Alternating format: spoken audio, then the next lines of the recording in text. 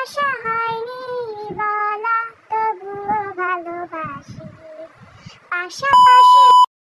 Jungkook যখনই sugar রুমের সামনে দিয়ে যেতে নেয় তখনই সে রুমে থেকে তে বের হতে দেখে, আর এটা দেখে জাঙ্কুকের অনেক বেশি রাগ হয়। তে ও জাঙ্কুককে এখানে আশা করে, এত সকালে তুমি সুগার রুম থেকে কেন বের হচ্ছ?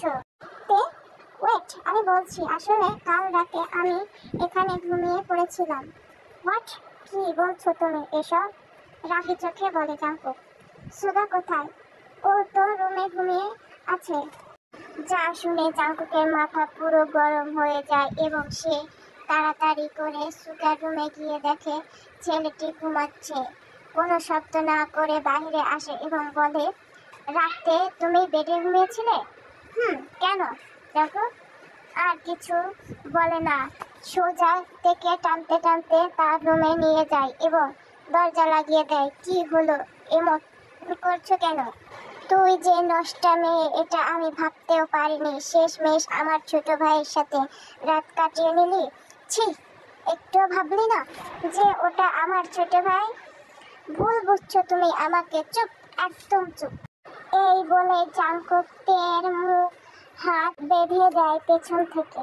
তারপর সিগারেট খাওয়া শুরু করে। ও তের দিকে হাইনার দৃষ্টিতে তাকিয়ে থাকে। এক সময় সে তের গায়ে জামাটি টান দিয়ে ছিঁড়ে ফেলে। তে বারবার ক্ষমা চাচ্ছিল, কিন্তু জাঙ্কুকের কান পর্যন্ত পৌঁছাচ্ছিল। জাঙ্কুক জ্বলন্ত সিগারেটটা দিয়ে তের পেট পুড়িয়ে দেয়। ব্যথায় তে আর্তনাদ করতে শুরু করে। এক সময় তেকে যন্ত্রণা দেওয়া শেষ হয়ে গেলে জাঙ্কুক সেই রুম থেকে বাহিরে চলে যায়। তের সুন্দর পেটে এখন জাঙ্কুকের ভালোবাসার চিহ্ন। সে তাকে এতটাই ভালোবাসে যে তাকে যন্ত্রণা না দিলে তার শান্তি লাগে না। দুপুর গড়িয়ে বিকাল হয়ে যাওয়ার পালা, কিন্তু তে রুম থেকে বের হয়নি। এটা দেখে সুগা অনেক চিন্তা হতে লাগে, আর তাই সে আর দেরি না করে তের রুমে যায় এবং সেখানে গিয়ে দেখে তে খাটের এক কোণে পড়ে আছে। তাড়াতাড়ি করে তের কাছে যেতেই সে লক্ষ্য করে যে জ্ঞান হারায় যায়নি, কিন্তু তার অবস্থা খুবই খারাপ। যখনই সে তেকে কোলে তুলে খাটে শোয়াতে যাবে তখনই তার হাত তের পেটের মধ্যে লাগে আর তে ব্যথায় আহ বলে চিৎকার করে ওঠে। এটা দেখে যখনই সে তেকে বিছানায় শুইয়ে দিয়ে পেটের উপর থেকে জামাটা একটু সরায়, তখনই তার চোখ কপালে উঠে যায়, কারণ তের পেট পুড়ে গিয়েছিল আর পুড়ে যাওয়া জায়গা দিয়ে রক্ত বের হচ্ছে। এটা দেখে সুগার আর বুঝতে বাকি হয় না যে এই সব কার কাজ। সুগা তাড়াতাড়ি করে মলম নিয়ে আসে এবং আস্তে আস্তে করে তের পেটের মধ্যে লাগিয়ে দেয়। সুগা নিজের ভেতর জ্বলে পুড়ে ছারখার হয়ে যাচ্ছিল তের এই কষ্ট দেখে। রাতে সুগা তেকে খাইয়ে ঘুম পড়িয়ে দেয়। পরের দিন সকালে জাঙ্কুক সবাইকে নিচে ডেকে আনে। তেও ছিল। মা, তোমাকে একটা ইম্পর্টেন্ট কথা বলার আছে। আমি চাই তে রুমটা খালি করে দিক, কারণ ওই রুমটা আমার রুমের পাশে, আর আমি চাই আজ থেকে সেখানে জিমিন থাকুক। তের এইসব শুনে চোখ দিয়ে পানি গড়িয়ে পড়ে। এত নিষ্ঠুর মানুষ কি কখনো ভালোবাসার যোগ্য হতে পারে? তখনই তে হঠাৎ করে বলে ওঠে, আমি কিছু বলতে চাই জাঙ্কুক আপনাকে। কি বলো? অনেকদিন তো এখানে থাকলাম, আমার শখ আহ্লাদ সব পূরণ হয়ে গিয়েছে। এখন আমি বাড়ি যাব এক সপ্তাহের মধ্যে। এটা শুনে জাঙ্কুক অনেক অবাক হয়। এখন কেন যেতে চাচ্ছ বাড়িতে? অনেক কাজ আছে আমার, আর এখানে অনেক তো থাকলাম। এই বলে তে তার রুমে যখনই যেতে নেয় তখনই জাঙ্কুক বাধা দেয় এবং বলে, আমার কথা তো এখনো শেষ হয়নি। আবার কি কথা?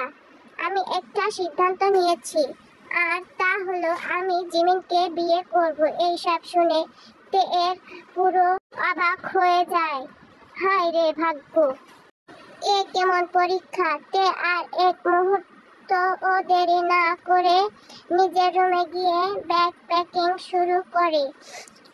কি করছো তে? দেখো সুগা, এখানে আর এক মুহূর্ত থাকা আমার পক্ষে সম্ভব নয়, কিন্তু এখন তো আর সাথে সাথে বাংলাদেশে যাওয়া পসিবল না। তুমি আমাকে একটা হেল্প করবা?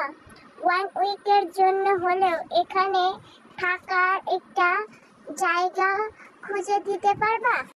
তারপর বাংলাদেশে যাওয়ার ব্যবস্থাটা প্লিজ করে দিও। দিব, কারণ আমি চাই না এখানে আর তোমাকে কষ্ট পেতে হোক। এই বলে সুগা তার রুমে চলে যায়।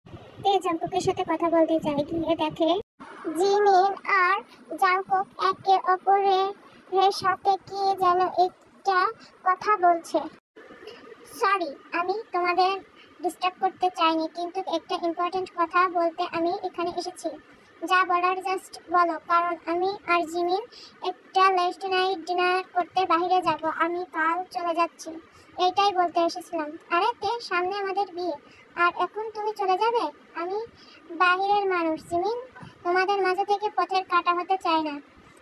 আর কিছু বলে না তে। যখন সেখান থেকে গিয়ে নিজের রুমে ব্যালকনিতে দাঁড়ায়, তখন হঠাৎ করেই সেখানে জাংকুক চলে আসে এবং তেকে জিজ্ঞেস করে, তুমি আমার অনুমতি ছাড়া এই বাড়ি থেকে চলে যাওয়ার সিদ্ধান্ত কি করে নিয়েছো?